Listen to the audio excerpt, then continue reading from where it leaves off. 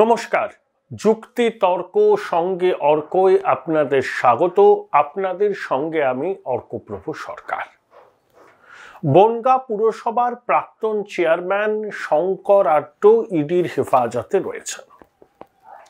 শঙ্কর আড্ডর অনেক ব্যবসা, দীঘা নিউ দীঘায় হোটেল, বিদেশি মুদ্রা কেনাবেচার ব্যবসা। ইডি সূত্রের দাবি শঙ্করের বিদেশি মুদ্রা কেনা বেচার যে কোম্পানি, সেই কোম্পানিতে 2000 কোটি টাকার উপর রয়েছে সেই কোম্পানিগুলোর অ্যাকাউন্টে। এখন প্রশ্ন যে এত বড় অ্যামাউন্ট শঙ্করের কোম্পানির অ্যাকাউন্টে, এটা কি শুধু বিদেশি মুদ্রা কেনা বেচার জন্য রাখা টাকা, নাকি রেশন দুর্নীতিতে যে টাকা লুট হয়েছে সেই টাকার অংশ শঙ্করের ব্যাংক অ্যাকাউন্টে জমা হয়েছে? এই শঙ্কর লোকটি অতীব প্রভাবশালী, করাপ্ট এবং এলাকায় দাদাগিরি করার অভিযোগ রয়েছে।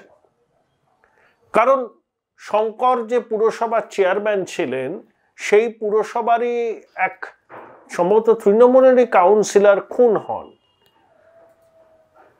সেই পরিবারের সদস্যরা শঙ্করের নামে আনুষ্ঠানিকভাবে অভিযোগ দায়ের করেননি, নানা রকম চাপের মুখে পড়ে, কিন্তু তারা মুখ খুলছেন যে শঙ্করের ইনভলভমেন্ট সেই ঘটনার পিছনে থাকলেও থাকতে পারে। রতনে রতন চেনে, চোর মল্লিক তেমনি চোর শঙ্করকে চিনেছেন। শঙ্করের ডাকনাম আবার ডাকু, সব বাংলার ডাকু। ওদিকে কালীঘাটের ডাকু, এদিকে বনগাঁর ডাকু, এসব কত ডাকু ছড়িয়ে ছিটিয়ে রয়েছে আমাদের ঈশ্বর পরিত্যক্ত বঙ্গে, ভাবতেই অবাক লাগে। রেশন দুর্নীতিতে টাকার অঙ্ক কিন্তু সব দুর্নীতির টাকার অঙ্ককে ছাপিয়ে যাবে। এ 1000-20-25 কোটি টাকার গল্প। বাকিবুর, শঙ্কর আড্ড, শাহজাহান, বালু, আরো অনেক আছে। অঙ্কিত, ওই যারা পশু খাদ্য কেলেঙ্কারির নায়ক লালু প্রসাদকে ঘুষ দিয়েছিল, তারাও তো বালুর ঘনিষ্ঠ। কিন্তু নবরত্ন সভা দেখুন সব। আর 13 তলা 14 তলা কিছুই জানতো না। বালু নাকি সবুজ বিপ্লব করেছে।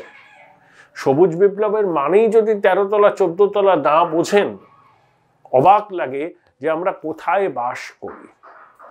ভুয়ো রেশন কার্ড এই বাতিল করার পিছনে কৃতিত্ব নাকি বালু। সুপ্রিম কোর্ট বলেছিল আধার কার্ডের সঙ্গে রেশন কার্ডের সংযুক্তিকরণ করতে হবে। আমাদের এই রাজ্য সরকার প্রথমে চায়নি, তারপরে সুপ্রিম কোর্ট বলল 3 সপ্তাহ সময় দিচ্ছি, তার মধ্যে যদি না করেন তাহলে আমরা কঠোর পদক্ষেপ করব। ঠেলার নাম বাবাজি, রাতারাতি করলেন।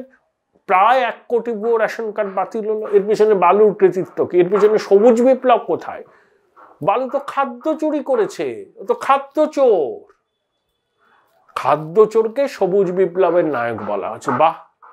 আর হতভাগ্য বাঙালি এইসব অমৃত বাসন মুখ বন্ধ করে সহ্য করি। প্রতিবাদ কোনো মহল থেকে আসে না। ডক্টর অমর্ত্য সেন ধর্মনিরপেক্ষতা নিয়ে গজদন্ত মিনার থেকে লেকচার দেন।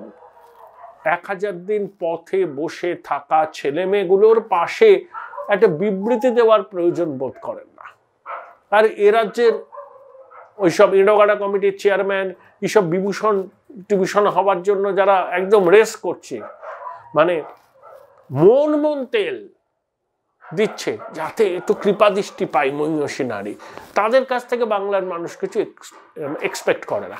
কিন্তু ওই গজদন্ত মিনারে বসে ধর্মনিরপেক্ষতা প্রশ্নের মুখে পড়তে পারে এইসব বলে যারা আমাদের প্রতিনিয়ত লেকচার দিচ্ছেন, দয়া করে এই ছেলে মেয়েগুলোর দুর্দশা নিয়ে একটু সরব হন। তাহলে বুঝবো যে না, আপনারা শিক্ষা দরদি, শিক্ষাপ্রতি মানুষ। এই ছেলে মেয়েগুলোর পথে বসে থাকাও আপনাদের বিবেককে নাড়িয়েছে। রাজনৈতিক উদ্দেশ্য প্রণোদিতভাবে বিবৃতি জারি করলে কিছু মানুষের ইন্দ্রিয় সুখ হতে পারে। তারা a few to few, mark my word, doctor সেনের কথা শুনে যারা মাতামাতি করেন তাদের সংখ্যা এ ফিউ টু ফিউ আগামী দিনে আরো কমবে।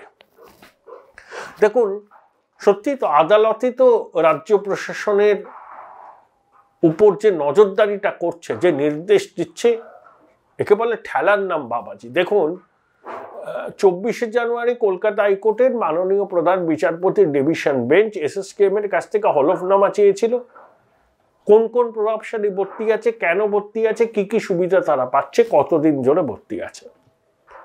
ঠিক তার আগেই বালু মল্লিক চলে গেলেন প্রেসিডেন্সির পয়লা 22 ওয়ার্ডে। কয়েকশো কোটি টাকার দুর্নীতি করা কৌস্তুভ রায় চলে গেলেন প্রেসিডেন্সির পয়লা 22 ওয়ার্ডে। ওখানে পার্থ মানিক আছে, জীবন কৃষ্ণ আছে, আসর বসাতে পারবেন। কাকু এখনো রয়েছে। তাহলে বালু অনেকদিন ধরে এসএসকেএম এ ছিল, কৌস্তুভ রায় অনেকদিন ধরে এসএসকেএম এ ছিল। যেই আদালত বলল যে হলফনামা দিতে হবে যে প্রভাবশালীদের নিরাপদ আশ্রয়স্থল বলে সব অভিযোগগুলো উঠছে, কজন প্রভাবশালী ভর্তি আছেন তাদের পুরো বৃত্তান্ত দেখলেন, শ্বশুর শ্বশুর করে লাইনে চলে এলো অনুপ্রাণিত গৃহপালিত চিকিৎসকগুলো। কি আর আছে না এমএসবিপি, কি কি রায় যেন বড় বড় কথা বলতেন। কালীঘাটের কাকুর কণ্ঠস্বরের নমুনা ইডি অনেক আগেই নিতে পারত, কিন্তু ওই এমএসবিপির জন্যই পারছিল না। উনি ভীষণ বড় অনুপ্রাণিত এবং গৃহপালিত। যেই আদালত করকালো, যেই বললো না আমরা হলফনামা চাই, দেখলেন সুর করে লাইনে চলে এলো। তাহলে আদালতই আমাদের কিন্তু শেষ ভরসা, এবং এই আদালতকেই শাসক দল নিশানা করছেন বিচারপতিদের। কখনো অভিজিৎ গাঙ্গুলিকে, কখনো জাস্টিস সিনহাকে, কখনো রাজাশেখর মান্থাকে, কখনো কৌশিক চন্দ্রকে মাননীয় বিচারপতিরা, কখনো মাননীয় বিচারপতি জয় সেনগুপ্তকে খুল্লা বেলাগাম কুৎসিত ভাষায় আক্রমণ করছে শাসক দল। কারণ আদালত কঠোরভাবে অনেকগুলো বিষয়ের পর্যবেক্ষণ করছেন, মামলা শুনছে, নির্দেশ দিচ্ছে। তাহলে আদালত বলল, সুসুর করে ঢুকে গেল। দেখুন অনেকে বলছেন শাহজাহান শেখ কোথায় গেল। শাহজাহান শেখ এখানেই আছেন, উত্তর 24 পরগনা থাকতে পারেন, দক্ষিণ 24 পরগনা থাকতে পারেন, অন্য কোথাও থাকতে পারেন। তবে আমার মনে হয় না তিনি সীমান্ত পেরিয়ে বাংলাদেশে গেছেন, আবার কেউ কেউ বলছেন মায়ানমারে গেছেন, কোথাও নয়, এখানেই আছেন। তাকে কেন ধরতে পারছে না? তার কারণ হচ্ছে 13 তলা 14 তলা থেকে সবুজ সংকেত আসেনি। সবুজ সংকেত আসলে পরেই দেখবেন যে শাহজাহান শেখকে 2 ঘন্টার মধ্যে গ্রেপ্তার করছে। কেন এই সবুজ সংকেত আসছে না? শাহজাহান শেখকে ধরার পরে তাকে ইডির হাতে তুলে দিতে হবে। তখন শাহজাহান শেখ যদি মুখ খুলতে শুরু করে তাহলে প্যান্ডোরার বাক্স খুলে যাবে। তাহলে প্যান্ডোরার বাক্স খুললে পরে কারা কারা বিপদে পড়তে পারেন সে সম্পর্কে আপনাদের অনুমান আছে। শোনা যাচ্ছে শাহজাহান শেখ নাকি আগাম জামিনের আবেদন করেছেন, শোনা যাচ্ছে। কেউ কেউ বলছেন পুলিশের নিরাপদ আস্তানায় নাকি শাহজাহান শেখ আছেন, তাকে নাকি বোঝানো হচ্ছে তুমি আত্মসমর্পণ করলে পরে ইডির হেফাজতে গেলে কি কি বলতে হবে। সব শোনা কথা। তবে শুভেন্দুবাবু দাবি করেছিলেন যে শাহজাহান শেখকে আত্মসমর্পণ করতে নির্দেশ দেওয়া হচ্ছে, শাহজাহান শেখ আত্মসমর্পণ করতে চাইছে না। ভাবুন, একটা শাহজাহান শেখকে ধরতে কি নাটকই না করছে রাজ্য প্রশাসন। মাননীয় রাজীব কুমার রাজ্য পুলিশের মহানির্দেশক, তার বক্তব্যের পরেও কেটে গেল প্রায় 8-9 দিন, এখনো অবধি অধরা শাহজাহান শেখ। আসলে অধরা নয়, পুলিশ ইচ্ছা করলেই পারে, ওই সবুজ সংকেতটি পাচ্ছে না, ভয় পাচ্ছে। 13 তলা 14 তলা যদি শাহজাহান ইডির হেফাজতে গিয়ে বেগরবাই করে, যদি সব মুখ খুলতে শুরু করে, তখন তো পালাবার পথ থাকবে না, মুখ লুকোবার জায়গা থাকবে না। তাই শাহজাহান শেখকে ধরা যাচ্ছে না। এটাই হচ্ছে মোদ্দা বিষয়, এর বাইরে কোনো বিষয় নেই। পুরো বিষয়টা নিয়ে দেখুন, এসএসকেএম এর অনুপ্রাণিত গৃহপালিত চিকিৎসকদের আদালতের চাপে পড়ে ভুল বদল, শাহজাহানের অন্তর্ধান, এবং এই যে শঙ্কর আড্ড নামে জনৈক প্রভাবশালীর কোম্পানির অ্যাকাউন্টে 2000 কোটি টাকার বেশি জমা, ইডি সূত্রের দাবি। পুরো বিষয় নিয়ে কথা বলেছিলাম প্রবীণ আইনজীবী সিপিআইএম এর রাজ্যসভার সাংসদ বিকাশ রঞ্জন ভট্টাচার্যের সঙ্গে। বিকাশ দা, সারা পশ্চিমবঙ্গ শীতে ঠক ঠক করে কাঁপছে, টেম্পারেচার তো বোধহয় বছরের সর্বনিম্ন। এই প্রেক্ষিতে প্রভাবশালীরা এখন প্রেসিডেন্সি সংশোধনাগারের মেঝেতে কম্বলের উপর গড়াগড়ি খাবেন, এটা তো আদালতের নির্দেশ ছাড়া হতো না। এ তো আদালতই সবকিছু চালাচ্ছে মনে হচ্ছে, কি বলবেন? দেখুন, এই কথাটা আমি বহুদিন থেকে বলে আসছি যে প্রকৃতপক্ষে পশ্চিমবঙ্গের প্রশাসনটা সর্বক্ষেত্রে আদালতের হস্তক্ষেপেই চলছে। অর্থাৎ প্রশাসন কোনো স্বাধীনভাবে কোনো সিদ্ধান্ত নিতে পারছে না, সেটা মিছিল হোক বা মিটিং হোক বা পেনশনের ব্যাপার হোক, শিক্ষা নিয়োগ তো বাদই দিলাম। এই যে মামলা কলকাতা হাইকোর্টে হচ্ছে তার 60% হচ্ছে কিন্তু প্রশাসনিক নিষ্ক্রিয়তার বিরুদ্ধে। তাহলে একটা প্রশাসন প্রকৃতপক্ষে চালাচ্ছে আদালত, আদালতকে বলে এই তারিখের মধ্যে পেনশন দাও, এই তারিখের মধ্যে তার বেতন বকেয়া আছে দিয়ে দাও, এই মিছিল করবে অনুমতি দাও, সবই আদালত করছে। প্রশাসন প্রকৃতপক্ষে অকার্যকরী হয়ে গেছে।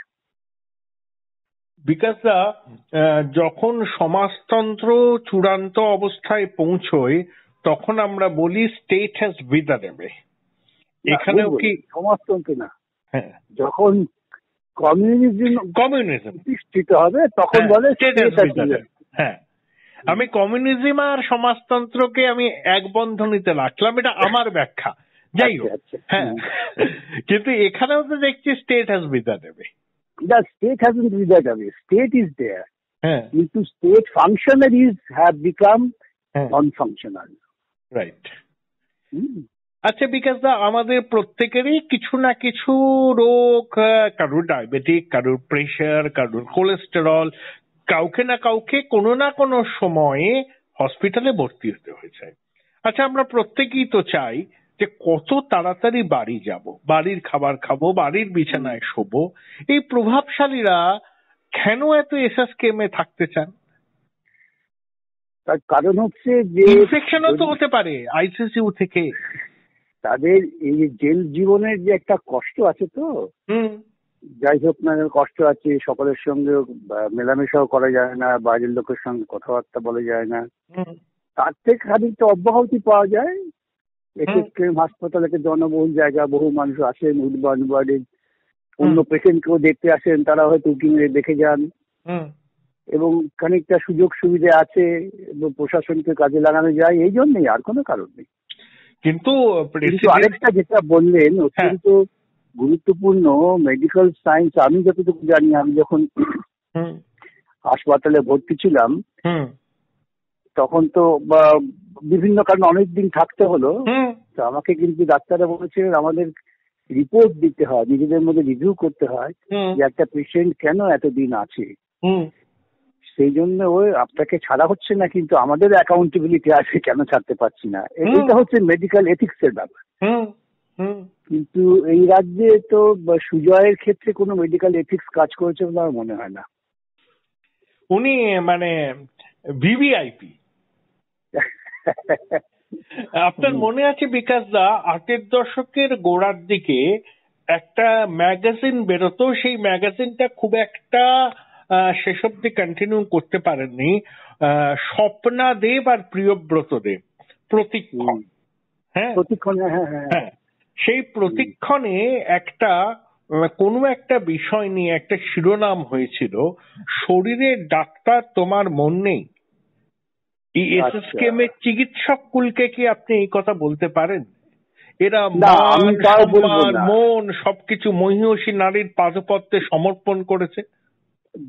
সবাই করেনি, তার কারণ যখন বিচারপতির কাছে আদালতের রিপোর্ট পেশ হলো, যেটা বিচারপতি পরে মানে আদালতে আমাদের পরে শোনালেন, কার্ডিওলজির যিনি হেড দীপঙ্কর মুখার্জি, যাই হোক, দীপঙ্কর নামটা পরিষ্কার বলেছেন, তিনি পরিষ্কার বলেছেন যে ওকে হাসপাতালে রাখার কোনো প্রয়োজন নেই এবং ওর কণ্ঠস্বর এক্সামিনেশন করার ক্ষেত্রে কোনো মেডিকেল সায়েন্সের বাধা নেই। তো সবাই যে দেবীর পায়ে আত্মসমর্পণ করেছেন তা নয়, যে কিছু লোক তো করেছেন বটেই।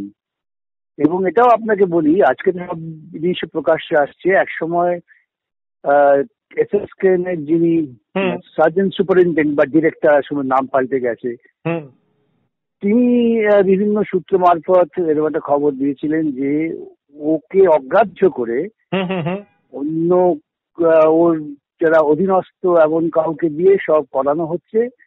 এ ব্যাপারে ওর কোনো কিচ্ছু করার নেই, কেন আমি একটা হুমকি দিয়েছিলাম যে ওকে অ্যারেস্ট করা উচিত যেহেতু হেড।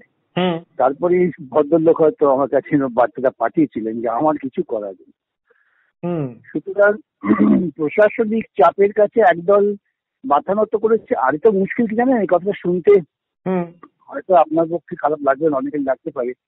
এখানে তো ফিজিক্যাল ভায়োলেন্সের থ্রেট থাকে, শুধুমাত্র যে তোমার ট্রান্সফার করবো সেই থ্রেট নয়, ফিজিক্যাল ভায়োলেন্সের থ্রেট থাকে। ফ্যামিলি ইনসিকিউর ফিল করে, এমনকি সরকারি সচিব পর্যায়ের কিছু অফিসার তারাও এই ধরনের আশঙ্কার কথা বলে ফেলেন মাঝে সাঝে যেখানে সেখানে, যে আমার উপরে হামলা হয়ে যাবে। মানে গোটা রাজ্য জুড়ে একটা এই যে ব্ল্যাক শার্ট ব্রাউন শার্ট তৈরি করেছেন না,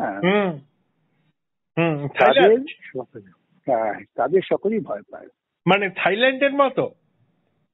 থাইল্যান্ডের মতো কেন, একেবারে হিটলার মুসলিনের মতো যুব বাহিনী তারা বুঝে নেবে।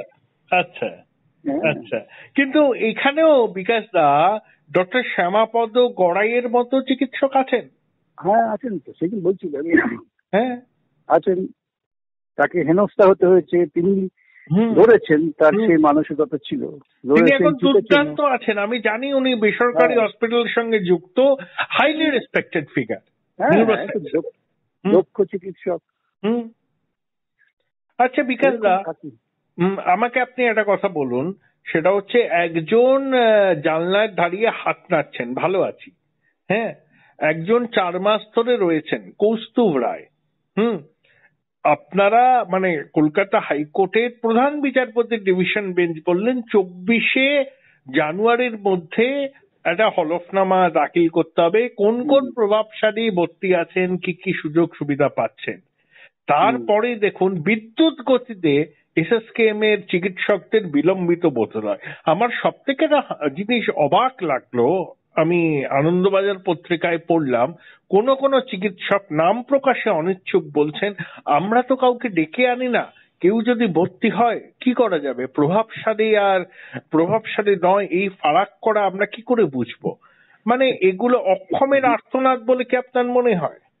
না, এটা ঠিক যে চিকিৎসক নিশ্চয়ই কে প্রভাবশালী কে প্রভাবশালী নয় বিচার করবেন না, কিন্তু চিকিৎসক তো চিকিৎসা শাস্ত্রের গুণমান অনুযায়ী বলবেন যে তার আর এখানে ইনডোর পেশেন্ট থাকার প্রয়োজন নেই, সেটা তো বলতে পারেন, এবং সেটাই তো চিকিৎসকের কাজ। আজকে আপনি যদি ভর্তি হন বা আমি যদি ভর্তি হই, তারা কি রোগের গুণমানের ভিত্তিতে আপনাকে আর 4 দিন থাকতে হবে, কালকে ছেড়ে দেবো, আর দরকার নেই। আমার যখন হঠাৎ ইমার্জেন্সি পেসমেকার বসলো, সন্ধ্যেবেলা অপারেশন হলো, বললো আপনি কালকেই ছেড়ে দেবো, আমাদের আর আপনাকে প্রয়োজন নেই চিকিৎসার জন্য। হ্যাঁ, তাহলে এইরকমই তো চিকিৎসকদের বলতে হবে, একটা পেশেন্টকে কেন আটকে রাখবে, তার অনেক রকম সমস্যা হতে পারে, ক্রস ইনফেকশন হয়, কত কিছু হয়। এবং মানসিকতাটা যাদের থাকবে না তারা খুব মেরুদণ্ডহীন বলতে হবে। বিকাশ দা, কোনো মানুষ কি চান যে হসপিটালে থাকতে? যত কঠিন, আপনি আইসিইউ এর তো ছবি আমরা সবাই জানি, ক্রিটিক্যাল পেশেন্ট, কেউ জীবন মরণের সন্ধিক্ষণে দাঁড়িয়ে আছেন, কত রকম পরীক্ষা চলছে, সেখানে লোক মাসের পর মাস থেকে যাচ্ছে এবং ডাক্তাররা বলছে ক্রিটিক্যাল আছে। ধরুন বিকাশ দা, সুজয় কৃষ্ণ ভদ্র, আমি ওনার আরোগ্য কামনা করি, সুস্থতা পান, উনি আমার সহনাগরিক, একটা বেসরকারি হসপিটালে ওনার অপারেশন হলো, তারপরে তিনি চলে এলেন, 4.5 মাস অতিক্রান্ত হলো, এসএসকেএম বলছে যে ওনার শারীরিক জটিলতা আছে। তাদের যে বেসরকারি হসপিটালের চিকিৎসকরা ওনার বাইপাস সার্জারি করেছিলেন তারা কি ব্যর্থ? তাদের কি ইডি তো তাদেরকে তাদের বয়ান রেকর্ড করা উচিত, তাদের ইন্টিগ্রিটি ক্রেডিবিলিটিকে যে প্রশ্নের চিহ্নের মুখে ফেলে দিচ্ছেন এই সরকারি চিকিৎসকদের একাংশ। ইনভেস্টিগেটিং এজেন্সি তারা কি কৌশল করবে জানি না, কিন্তু নিঃসন্দেহে জিজ্ঞাসাবাদ করা উচিত। মানে এটা কোনো সুস্থ পদ্ধতিতে মানতে পারছি না আমরা। মানে আপনি অসুস্থ যে কোনো মানুষ হতে পারেন বিকাশ দা, হসপিটালকে ঘর বাড়ি বানিয়ে ফেলবো? হ্যাঁ, হসপিটালে অর্থ কি? হসপিটালে অর্থই তো হচ্ছে hospitality for treatment, nothing else. আপনার যে কোনো হসপিটালে বিকাশ দা আইসিইউ এ দুটো টাইম থাকে, একটা সকালে একটা সন্ধ্যে, 1 ঘন্টা 1 ঘন্টা, তাও নানা রকম রেস্ট্রিকশন, পরিবারে 3 জন দেখা করতে পারবেন, নানা রকম রেস্ট্রিকশন। বহাল তবিয়াতে আছে, ইনফেকশনের ভয় নেই। ওটা ডাক্তার, ওটা হসপিটাল না প্রভাবশালীদের রিসোর্ট? এই কথা তো চিফ জাস্টিস কমেন্ট করেছেন যে এটা প্রভাবশালী রিসোর্ট হয়ে যাচ্ছে। আসলে এর জন্য ওরাই সরকারি দায়ী। যার বিরুদ্ধেই কোনো তদন্ত শুরু হয়, যে পুলিশ যাকে সঙ্গে সঙ্গে তার বুকে ব্যথা হয় এবং তিনি চলে যান উদ্বানে। এটা তো একটা হাস্যাস্পদ করে তুলেছেন সবাইকে। আমার শেষ প্রশ্ন বিকাশ দা, এটা প্রশ্ন বলবো না, জাস্ট আমি আলোচনা করছি আপনার সঙ্গে। 2000 কোটি টাকার বেশি শঙ্কর আড্ডর ওই ফরেন এক্সচেঞ্জ কোম্পানির অ্যাকাউন্টে, ফরেন এক্সচেঞ্জ ট্রান্সফার করতে গেলে পাসপোর্ট, আধার কার্ড, ট্রাভেল ডকুমেন্টস এসব লাগে, আমি এগুলো জানি। তো কিভাবে হয় 2000 কোটি টাকা একজনের একটা কোম্পানির অ্যাকাউন্টে? কিভাবে দেখেন ব্যাপারটা? সেটা তো ওকে দেখাতে হবে। ফরেন এক্সচেঞ্জ তার কতটা লিমিট ছিল, এই লিমিটের মধ্যে তার টাকা আছে কিনা না থাকলে প্রশ্ন উঠবে, এবং তাকে ট্রানজাকশনও দেখাতে হবে। তিনি কতজন ফরেনার এসছেন, তার টাকা এক্সচেঞ্জ করেছেন, তার তো রেকর্ড রাখতে হয় ওদের। এই হিসেব ফর্মেল হলেই ধরা পড়ে যাবে, ধরা পড়ে গেছে তাই। এবং আমার আর একটা কোয়ারি আছে, প্রিয়দর্শিনী মল্লিক, যিনি জ্যোতিপ্রিয় মল্লিকের কন্যা, তিনি ওই উচ্চ মাধ্যমিক শিক্ষা সংসদের সচিব, তিনি টিউশন করে 3 কোটি টাকা পেয়েছেন। আমি বুঝতে পারছি না, যারা শিক্ষা রবীন্দ্রনাথ, বিবেকানন্দ, বিদ্যাসাগরের কথা বলেন, এত বিতর্কিত একজন মাতৃশক্তিকে কিভাবে পদে রেখে দেয়? কি বলবেন, আমাদের ইডিয়েট বানিয়ে দিচ্ছে আর কিছুই না। মানে এই সমস্ত দেখলে আপনার নিজের মনে হয় যে আপনি একটা ইডিয়েট। আমার মনে হয় আমরা একটা ইডিয়েট। হ্যাঁ, তাই মনে হচ্ছে বিকাশ দা, আমি খুব ফ্র্যাঙ্কলি বলছি। হ্যাঁ, কিচ্ছু বুঝি না আমরা, সবকিছু ওরাই বোঝে, 13 তলা 14 তলা। আচ্ছা, আপনি নতুন কি বই পড়ছেন? আমি 2 দিন ধরে পড়ছি রবীন্দ্রনাথ ও আন্তর্জাতিকতাবাদ, নেপাল মজুমদারের যে 4টে খণ্ড আছে, পড়ে দেখবেন, অত্যন্ত ভালো। আচ্ছা, আমি পড়ছি আপনাদের প্রথম অর্থমন্ত্রী ডক্টর অশোক মিত্রর, প্রথমে শেষ করলাম। হ্যাঁ, আপিলা চাপিলা পড়েছি। হ্যাঁ, আপিলা চাপিলা আমার পড়া হয়ে গেছে। এখন পড়ছি আমি বিক্ষিপ্ত অর্ধশতক। হ্যাঁ, ভালো। হ্যাঁ, গদ্য তো অসাধারণ গদ্য। উনি টেলিগ্রাফে একটা লেখা লিখতেন দীর্ঘদিন ধরে, কাটিং কর্নার পরে। এবং একই সঙ্গে সুনীলদার পড়ছি 2 নারী 1 তরবারি।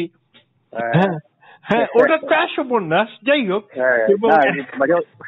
ওগুলো পড়লে কিন্তু মনটা ভালো হয়। আর ছবির দেশ, কবিতার দেশ, চমৎকার লেখা। এই হলো ব্যাপার। ভালো থাকবেন বিকাশ দা। Join Indian Institute of Hotel Management now. Right choice, right decision.